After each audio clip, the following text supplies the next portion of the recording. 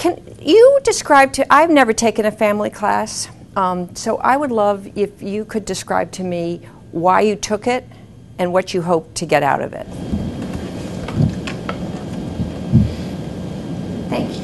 Well, I'm a child and family development major, and I chose it basically because I think that each individual is, of course, part of a family, and I think that affects them more than a lot of other things in their life. So if they can have a good home with their family and they can have a good family life, then it'll promote other aspects of their life as well, and they can be more successful. And I'd like to work with families in making them successful.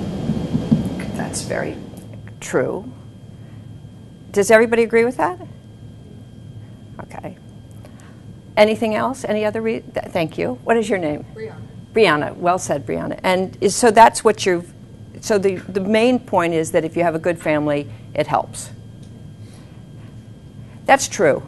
Although I have to tell you, having a good family doesn't always help.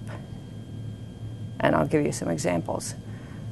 And it's an important, I wanted to make that point. And let me just ask you, how do you, what's your, if you think about what would make a good family, what would you say? What are the elements of a supportive family that you? Well, why don't we get, you are clearly very smart and articulate and vocal, so I can rely, you and I could have a great conversation for the next hour, but maybe we should try to have a few others, Brianna, talk, but if nobody else does, I'm coming back to you, okay? Yes? I think that families, I think one of the most important things about families is that families can be supportive of each other and what those people do, and respect their opinions and respect their thoughts and their passions and their goals, then that's what's going to really help. Yeah. That's true. Anything else? Yes? Communication. What? Communication, like talking and across. Talking with your family. You know, there's so many different types of families. Some just don't communicate at all. Thank goodness. It's really interesting. I'm going to talk a little bit about this. It's very interesting and helpful for me. What would you say? I won't call on you if you don't want to talk. What are the other advantages? So one that I've heard about, who has a good handwriting? You. You really? You look like you'd have good handwriting. It's a complete illusion, I can see. Somebody, who has good handwriting? Brianna probably does. Brianna. Come on up. But I'll try. Well, could you just write what people said? Because I think it'd be interesting to hear. Supportive families, they're supportive, good communication. Anything else? Love?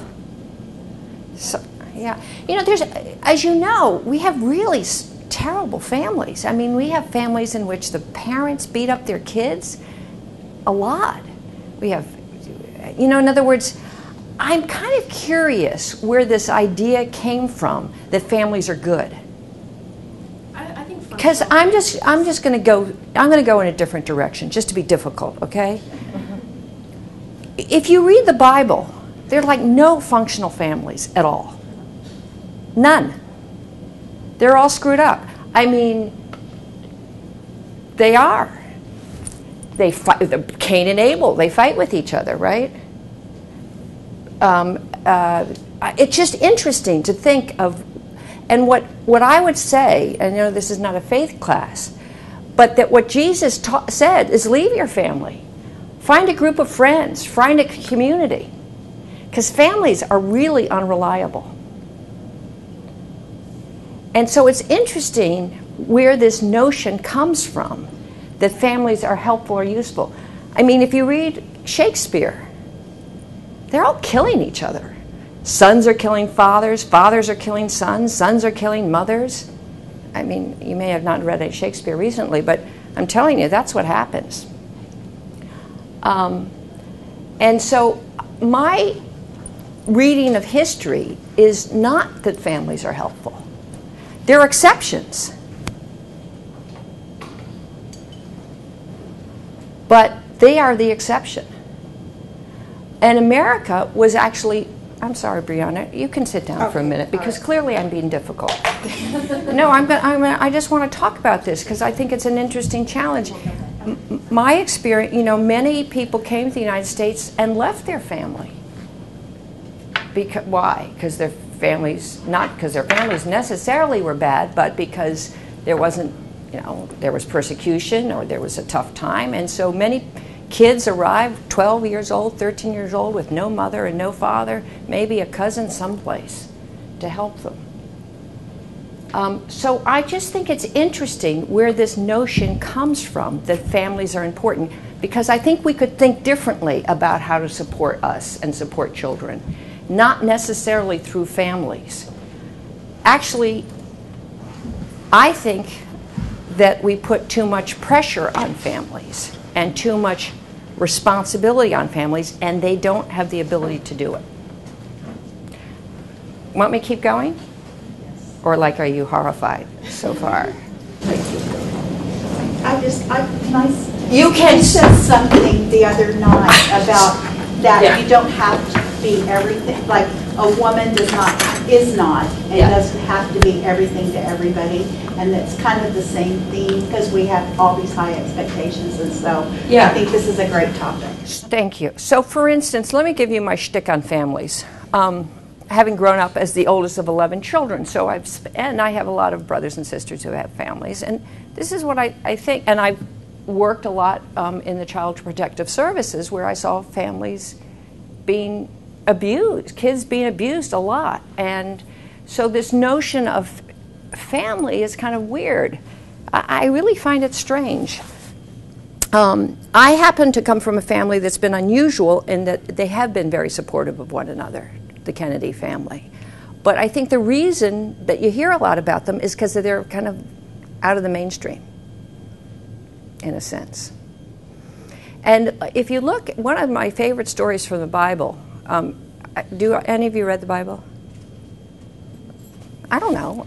I mean, I don't want to make any assumptions, although you are in the Bible Belt. So I was going to make that assumption. Is the story, remember when Jesus was 12 years old and he goes with his parents, I think, to Jerusalem? And, you know, his mother loses him for 3 days? I mean, does anybody point out that, you know, if that happened today, wouldn't she be picked up for Child Protective Services? No, she would be. And why? Okay, so think of that. And why wasn't she? Well, there probably wasn't a CPS, okay, at that point. But more importantly, why she wasn't is because families weren't that important at that time. You were part of a clan. You were part of a group. Aunts, uncles, cousins all took care of you. So your parents weren't that important. In fact, we don't even know if Joseph was their father. I mean, right? One of the big issues of our time, you know, who was the father of Jesus? You guys don't have a sense of humor about this, I can see. So what I am thinking, and this is what I've seen when I did a lot of, I'm going to stop talking for a while because I think some of you may have some comments on my spiel on the problems with families, but what I saw is that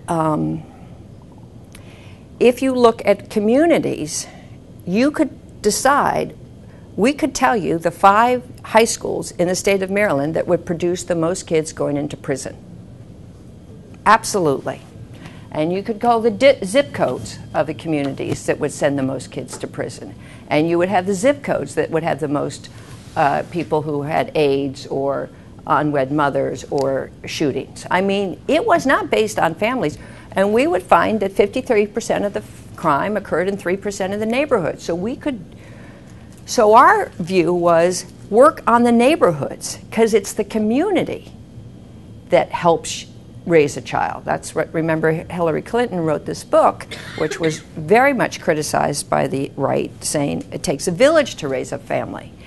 And I actually remember thinking, doesn't a village to raise a child? And I thought, is that right? Doesn't a family raise a child? And then I realized, no, why do people move to certain communities? Because they need to have safety of their kids when they go outside. Now, there are some amazing families that withstand all the terrible things that go on around them. But really, if you're thinking about building a strong country, I would focus less on the family, because I think it's, as you pointed out, it's too much pressure on a family. No nation has focused on families. They focus on a community. Okay, so what do you guys think of that? It's not what you expected I was going to say. Do we agree? Yes. Okay, so that's good. I mean, you want to have somebody come from the outside and say things that are different, and you say, oh, well, she does not know what she is talking about, which you're welcome to think as I leave. But I just thought it has always struck me. And then what struck me about that is that it really was, I mean, I thought I was talking to a religious class, so I won't be too religious, but really, when Jesus says, leave your family and join a community, that's not a family-based world. So the question is, and I don't have the answer for this, but why have we focused so much on families when they're not really the right unit? Brianna. Okay, so I'm going to leave you there, and then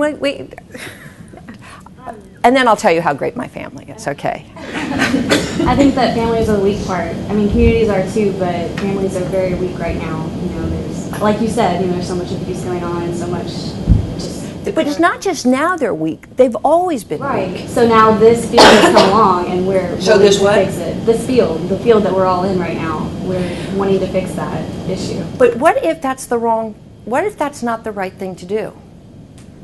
But we think it is.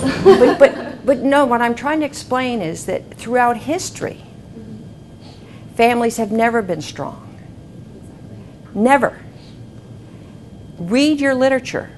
Read the Bible. I'm just giving you the Bible because that's what most people here have probably read. No strong families. You know, their brothers are killing each other. They're stealing each other's inheritance. They're sleeping with their father. I mean, Lot. Did you read about Lot? The daughter has sex with his father. Did you read that story? I mean, it's pretty. It's not like, cute little family values. So when you think that you're going to fix something that has been broken for 4,000 years, maybe that's not the way to go. Maybe, thank you for smiling. I'm glad you're smiling.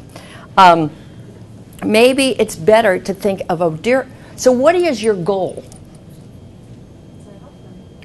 To help what? To help the children and help the families. And okay. I feel the children can't help themselves, and the family is all they have until a certain age. So we have to start with that, right? Well, that's not necessarily true. Like Jesus, his mother wasn't around. Remember? She lost him. Yeah. But it's different times now. Huh? It's different times now. Like, everybody's not going to take care of it. Right, but so you raise a really great point. So not everybody's going to take care of kids. So let me just put these two thoughts together.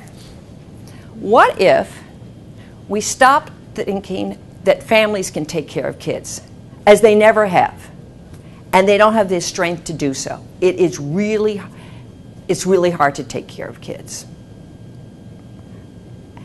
And to put that pressure on a mother to take care of the kids and say that's what you should do turns out to be very difficult. And that's why we have so many kids in Child Protective Services, and it's why, what's her name, Betty Friedan wrote the Feminist Mystique, because she said staying at home, taking care of kids, really difficult. So if instead of trying to say the answer to that is strengthening families, what if we came up with a different answer? This is really what I'm trying to say. If what our goal is trying to make sure that children grow up loved, cared for, with attention, that's what we want, right? We want our children to do well, and we want us, women, to also feel supported in our lives. the answer seems to be that you've come up with, and you're a great teacher, is the family. But what I'm suggesting is maybe there's a different answer.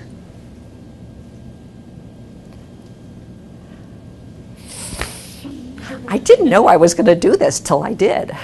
But it's been something I've been thinking about for a while because I think it's so much. Yes? In our field, we focus on the family for sure, and we focus on the individual, and we focus on the community. So it all kind of goes together within the whole spectrum, so we can go into any aspect of that spectrum. And then also within our field, we have a theory, and it's family systems theory. And it's not that your family has to be X, Y, Z, P, B, Q, and that makes you perfect, and your children will succeed, and you'll be successful. It's that you all work together, and you all take on those stressors.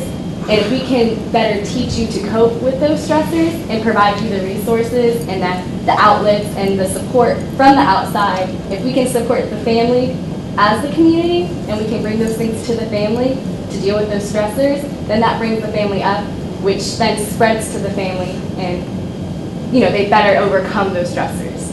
So it's the community that's supporting the family. So what you said is very eloquent, and I think correct. I mean, that's what I think. I think what you said is terrific. So it's interesting what you've said. I mean, Brianna, you've got a friend over there. She is my friend. She is your friend. Good. I can see you guys would be friends because she's also very, very articulate and very smart. That was well said. So that's an interesting. What is your name? My name's Lauren. Lauren? Yes. Lauren. Have I met you, Lauren? I was at your interview on Monday. Yes, because I said my daughter, my nephew married a Lauren. Oh, yeah. Yeah. Okay. So Lauren has raised a really good point. So that's an interesting question. And what I like about what Lauren said is she put the individual, the family, and the community in a larger context. So that if I were going to name this class, Madam Teacher, I would say, children, family, community. We have a class that's family, school, and community relations all come together. Because then it doesn't put as much pressure on the family. And that's really what I'm fighting against, because I think we've put too much pressure on families and they just can't handle it. And they've been told, the family is the most important unit. If you have a good family, your kids are going to turn out all right. And that's just not the case, because a family has to deal with the kids in the neighborhood, the parents in the neighborhood, and you could do everything right, but I've talked to so many parents who says, my children are hanging out with the wrong kids, or I wish I were in a different neighborhood where I don't have to worry about certain things. And so that's why I like the idea of, I like what you've said so eloquently. And I think it's better to say that we're not focusing on the family, but like when we go into professions, we're not going to go into a house and be like, well, you're doing this wrong, and you can do this better, and oh, your kid over there, you need to do this to get rid of those behaviors. I think that we're going to go and we're going to be the people that are going to put on the community events, and we're going to be the people that bring the people together and work with the PTAs to build up that community, which then spreads to the family. Well, that's a really interesting question if you can do that, because, and this goes to how your systems are set up in Texas. Because I'll just give you my example from Maryland. What we learned, and I tried to change this happens to be one of the things that I focused on when I was lieutenant governor, is that the way social service, it's called the Department of Social Services, and it was basically, do you have that here? DSS. And you were focused on the individual child. So you had a case number, and the case number would be, Brianna, 27835. And so somebody would be assigned to Brianna 37835. And then Lauren, who might have been Brianna's sister, would be assigned a case number 10386. And she'd get a different social worker. And then the father was probably, very frankly, unemployed or in prison, has a different case number.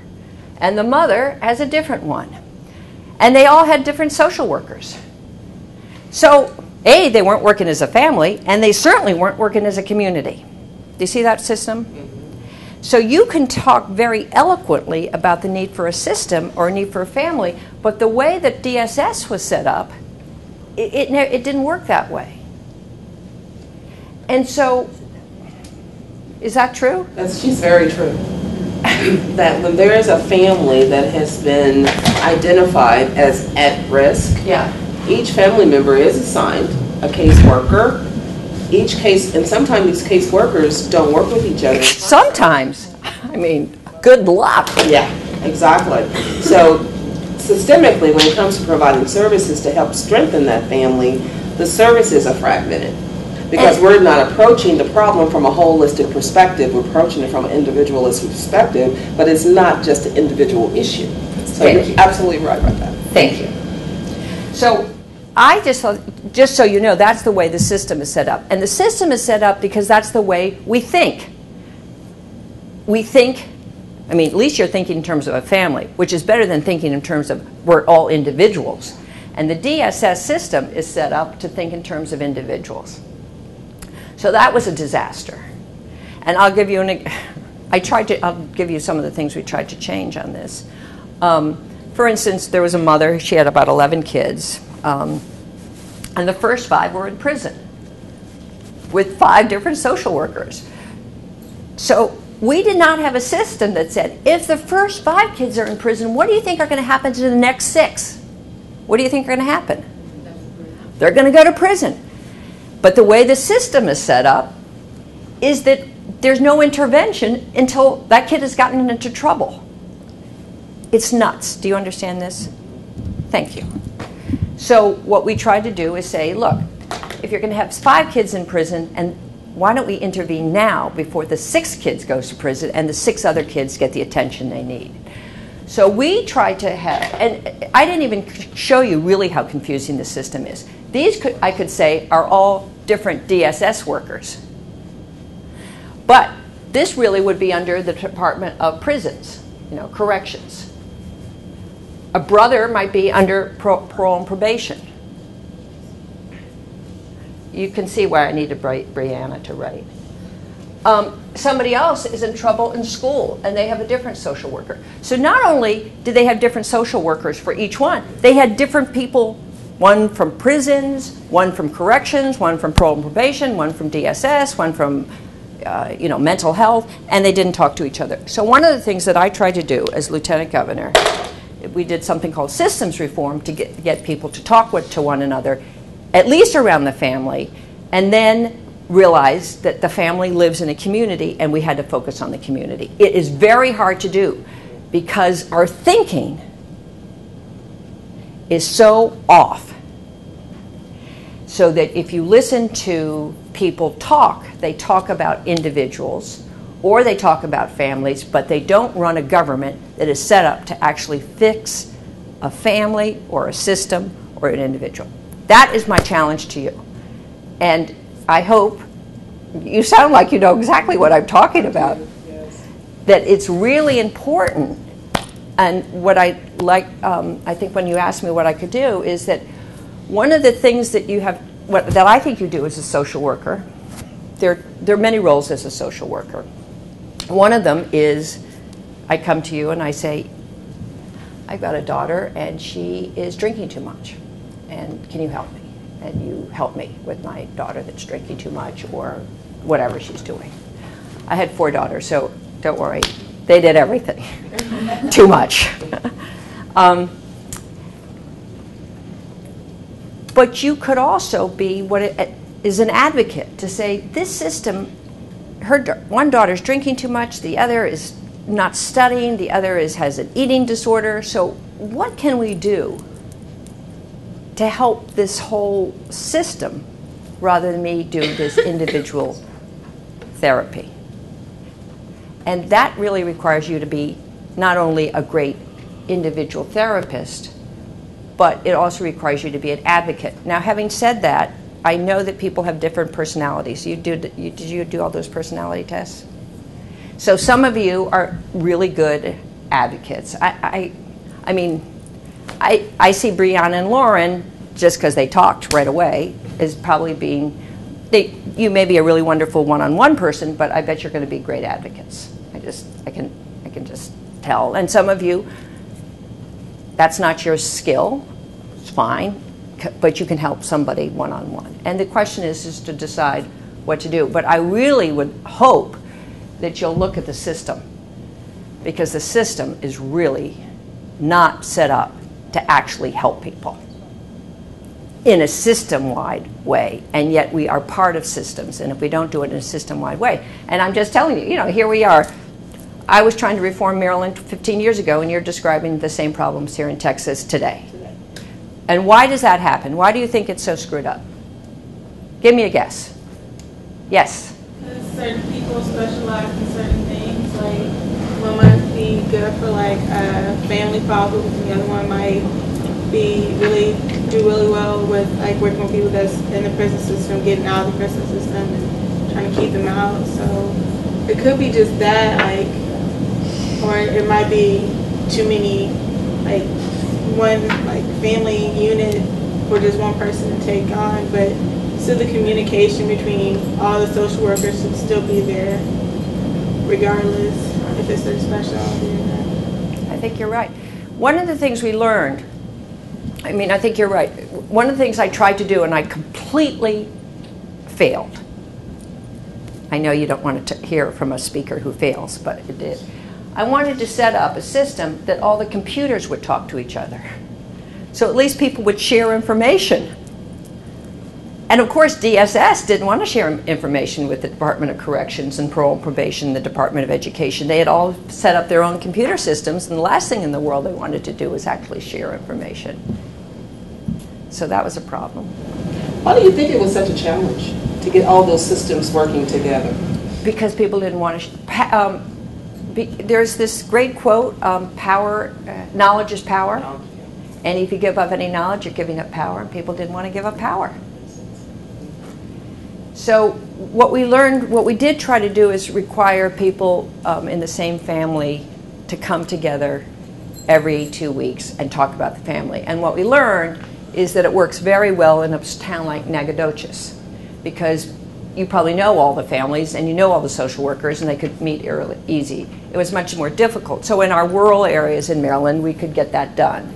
It was much more difficult in places like Baltimore, which is much larger, and the kids would move.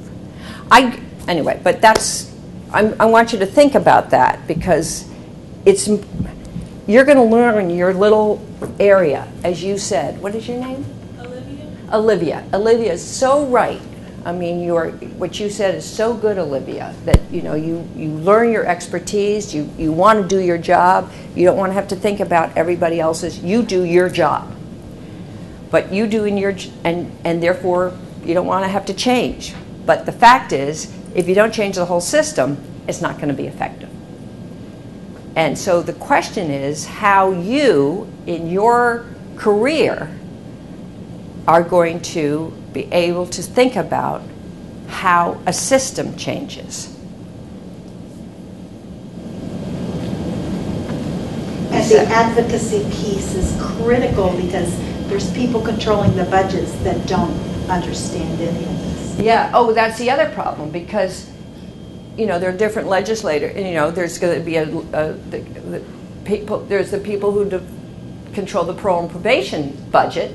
They're not the same people that control the DSS budget or the mental health budget. Sometimes they are. Again, it depends on the state. But I think it would be worthwhile, in your research papers or your advocacy, to practice standing up. I'm just giving you standing up and saying, we've got to change the system, or these kids will continue. We are going to continue 3 generations of kids in trouble, because the way we are intervening is not being effective. So what did you think of that? Does that make sense? I can see that I haven't really inspired you to come up, to man the barricades, to go into Austin. Maybe you should, Can I make a suggestion? Sure. I think you guys should write a play about the problems. And you should all be different people. You should It's like, you know, one of you is going to be the legislature who wants to make sure that his funding is safe. And one of you is going to, for corrections, and somebody else is going to be the legislator who wants to make his funding pay for DSS. And there's going to be somebody else who is the social worker for this child. And you don't want to be told by her, Olivia, I know her older sister, and I'm telling you, this is what you should do. Maybe you will listen to her. Maybe you're saying, look, I need to talk to Olivia, and the system doesn't let me talk to her. I think it'd be a great play. Then I think you should get you to film it. Thank you. And then, I don't know, take it on the road. It would be a really good way to learn about how the different interests don't allow a family to be helped. And you could come up with a family of, you know, 5 people, each of them in trouble in different ways, which is true. And then one child, you know, or one somebody, what do they do? What do you think of that? I'm just trying to think about it. You are? I think each of you should write a play. That's what I would suggest. Yes? I think it's a good idea because I'm a little bit older than the students here, but I've seen families like that. Yeah. And it's very true what you're saying, and each generation has a little bit of a different twist on it.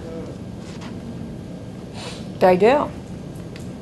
And what you've got now, of course, is grandmothers taking care of the grandchildren. Or great-grandmothers. Or great-grandmothers, because the children are in trouble.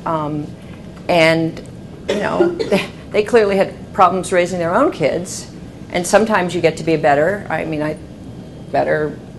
mother or, you know, caregiver as you get older because you get wiser, but sometimes you don't. So there's just a lot of challenges that I think you guys are going to be on the front lines, but it's important to understand that you're part of something larger. Yeah? I do agree with the part about that there's different challenges for different ages because I remember my MLG class was talking about like we're the internet generation. You had to worry about your child and talk to some predator or whatever. Right.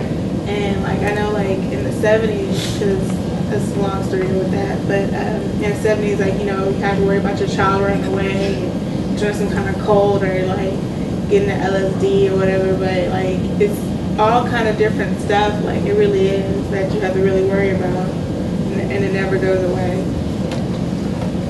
That's true. So one of the things that I would suggest that is, you know, you asked about advocacy. One of the things to do, and actually this helps to write a play, is to learn to be an advocate. Even if you don't end up being an advocate, learning how to stand up and articulate what it is that's wrong.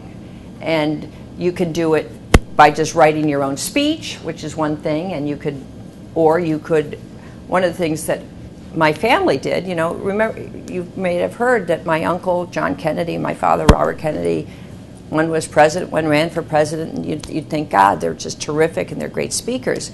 But my father practiced all the time. I would remember him when I was growing up standing in front of the mirror. He was so nervous trying to speak. And he took acting lessons because he realized speaking didn't come naturally. He had to learn, and so did John Kennedy. They took acting lessons. So you might have one of your coaches come in and actually help you learn how to articulate and act, you know, even if you have to pretend, even if you don't think you're a great advocate, because sometimes you get nervous. It's hard to stand up. You can take lessons on how to do it. That's one of my big pieces of advice, besides learning how to change the whole system, is take acting lessons so that you can stand up for what you want. Yes? Hi. How are you doing? What is your name? Eunice. Eunice? Yes. I have an aunt, Eunice. You know, she started Special Olympics. Yes. Did you know that? Good for you, Eunice. Okay, so I'm listening to everyone talk about like how the community is so important, and I've heard you say that like 4,000 years ago, like the community was helping, but they still had the same problems.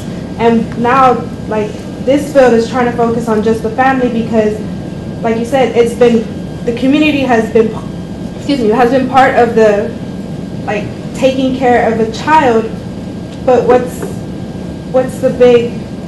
am I trying to say? Like, how has that really changed? Like, all the children are still ending up the same, so how, not all of them, but most of them, we have trouble with the children. So if you focus on just the family, take a different route than focusing on the community, it should help, because like, children are in their homes every day, and if we focus on that, it shouldn't be, if we really like focus on that, then it shouldn't be such a problem to know what your child is doing, so they don't get involved in drugs and don't get involved in, and I'm not saying that community is not important, because it is, because I grew up in a rough community, but having my family like always be with me and be supportive, that's what helped me get out of that community. So I just kind of disagree with how you, like, the community is not so important. I mean, the house is not so important, because I feel that it is. From personal experience. You'll see. I'm just looking at statistics. There are exceptions all the time. And what happens, and I love that you said this, Eunice, because very frankly, there are exceptions all the time. You are probably a great exception to the rule. But what happens is, if you're an exception, let's just pretend that I'm correct. I may be wrong, but let's pretend that actually I know what I'm talking about. Which may not be right, but if politicians listen to you, then we have two. Then what happens is we blame every kid that doesn't do well because they didn't have a good family. We blame the parents. And the politicians don't have to take any responsibility for actually building up a strong community. And there are going to be, and there are all over the place, individual families that succeed in the face of terribly difficult communities. But one of the things I guess you may study is statistics. Do you study statistics? And if the statistics show that, and I can tell you from Maryland, most of the prison population in the state of Maryland comes from these 5 zip codes and these 7 high schools. You may live in that zip code, or you may have gone to that high school, and you may do well. And if your argument prevails, then all the other kids are stuck. Because you are an exception to the rule, you're not the rule. You're great, Eunice, and I'm sure your family was great, and I applaud you. What I'm saying is that statistically, the community really matters more than the individual family. That's what the statistics show. At least those are the statistics I know. You guys are the professors, and so you may find something else. But yes. But thank you, Eunice. That was good. What I like about Eunice, it's sometimes intimidating to have somebody come in like me. So I've heard. And for you to say, you don't know what the heck you're talking about.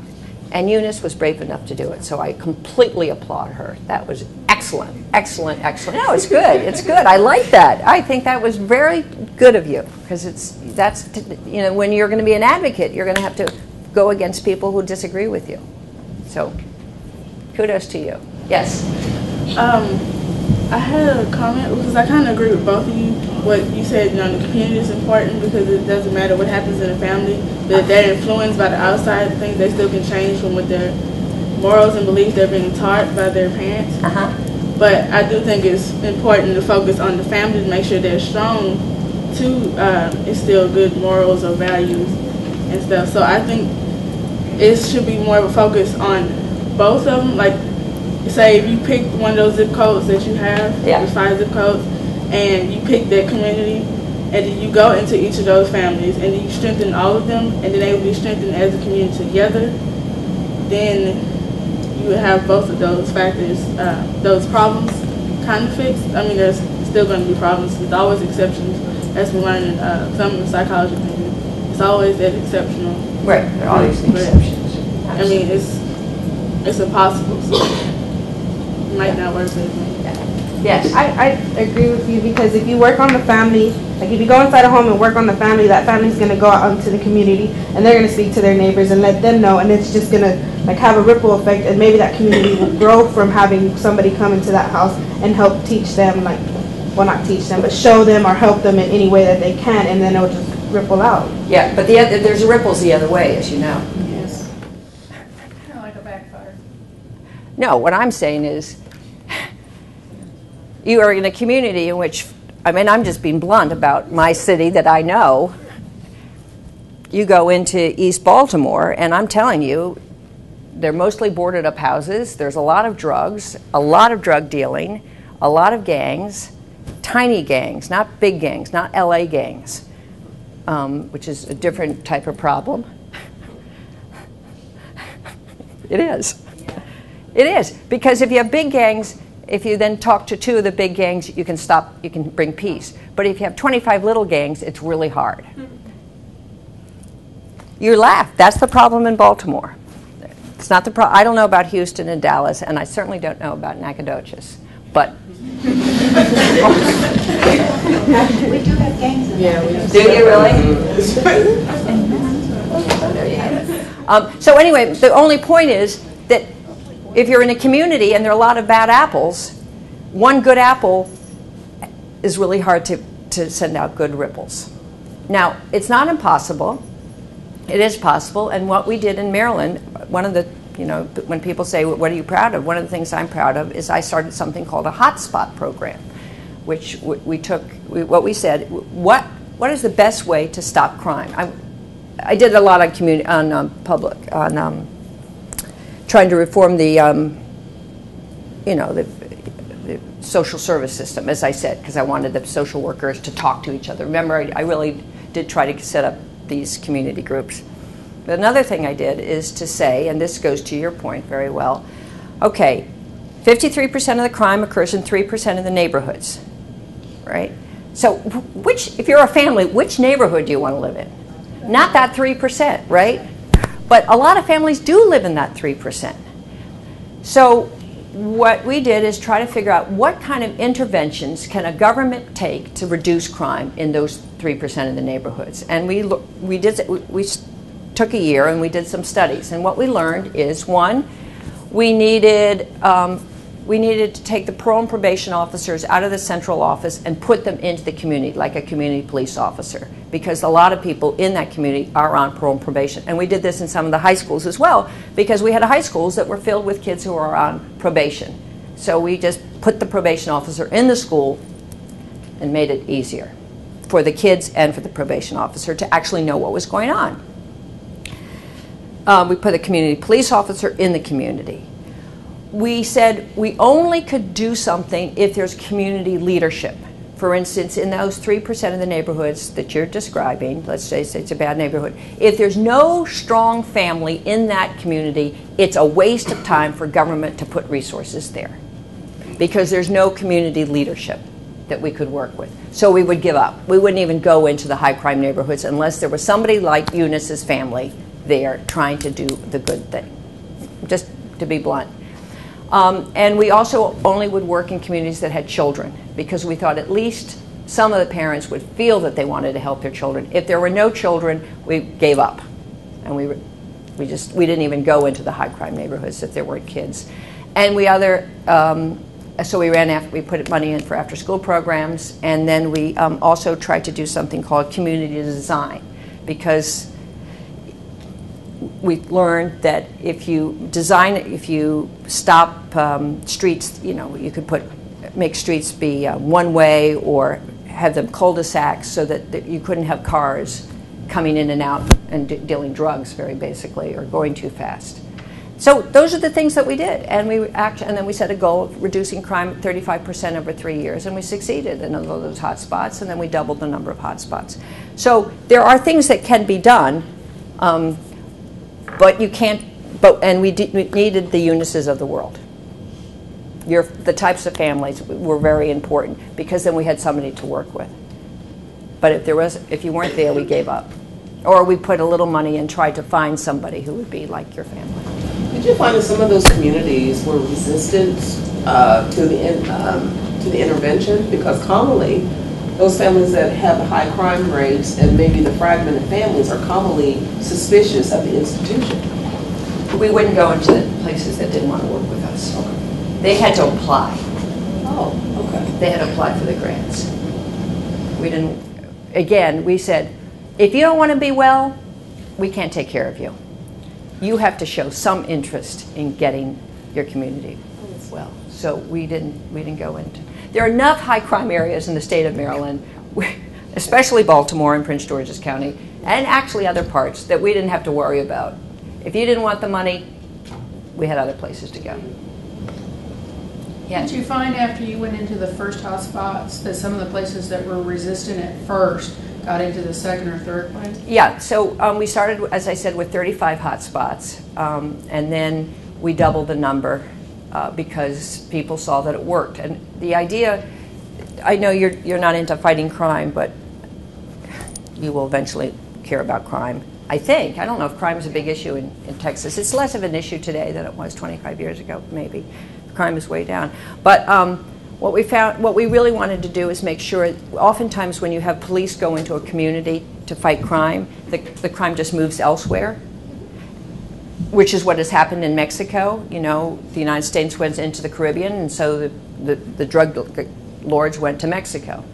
So what we wanted to do is make sure that we were reducing crime and not just transferring it from one place to the other.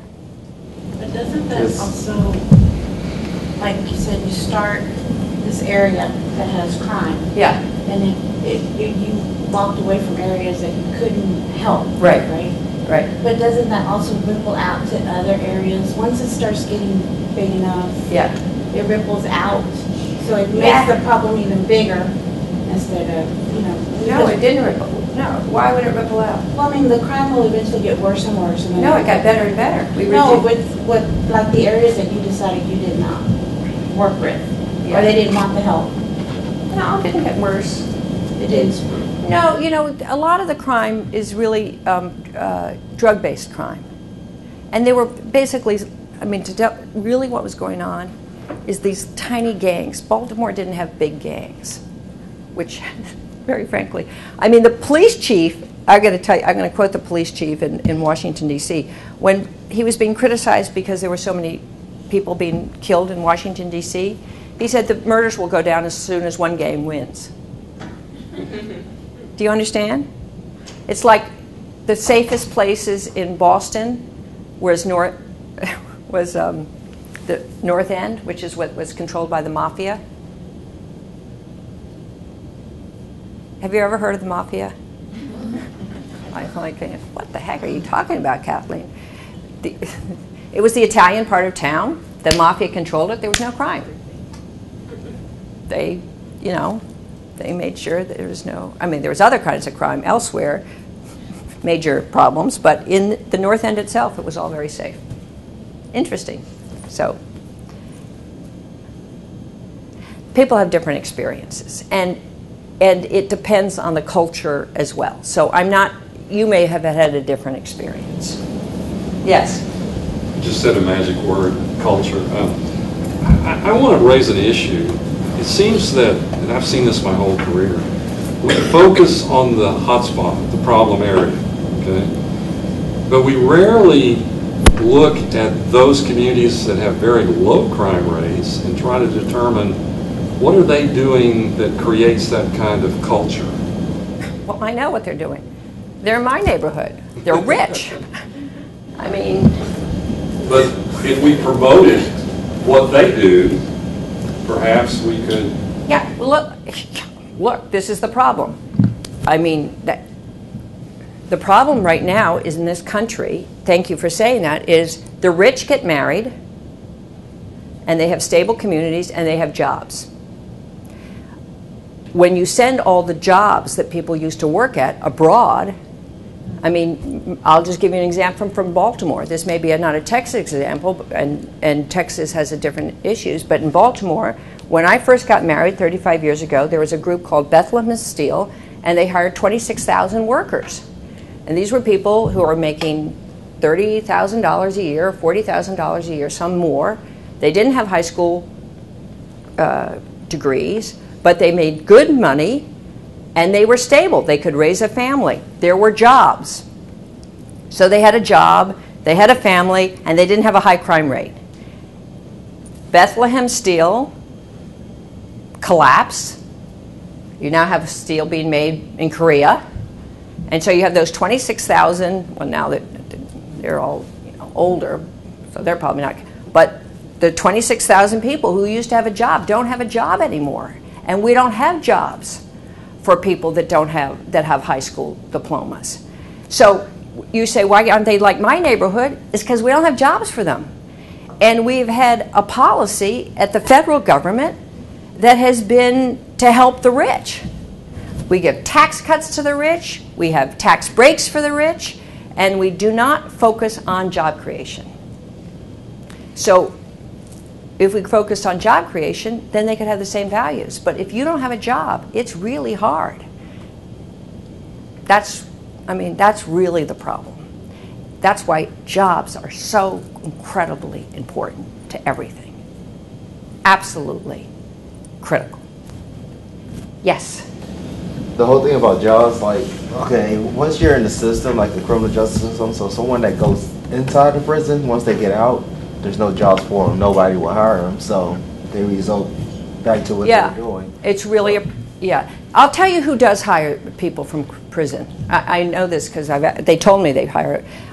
Is contractors, because you show up, they don't care about your background, they just want to know, can you hammer a nail or something like that. And so the problem really right now is, after the housing collapse, when all the building went out, a lot of people couldn't get jobs. There was just no jobs. But you're exactly right, it's very hard to find a job after you're out of prison. And the best way to do it, one place that does hire are contractors, and if they don't have your building, that's why I think, President Obama's idea that we really need to rebuild our infrastructure, our roads and our bridges and our railroads and our airports, so that we look like we're part of the 21st century rather than the end of the middle of the 20th century, would be good, for communication, transportation, and it would be good for all the people getting out of prison because they could have a job. You're exactly right. You are totally right. Anything else?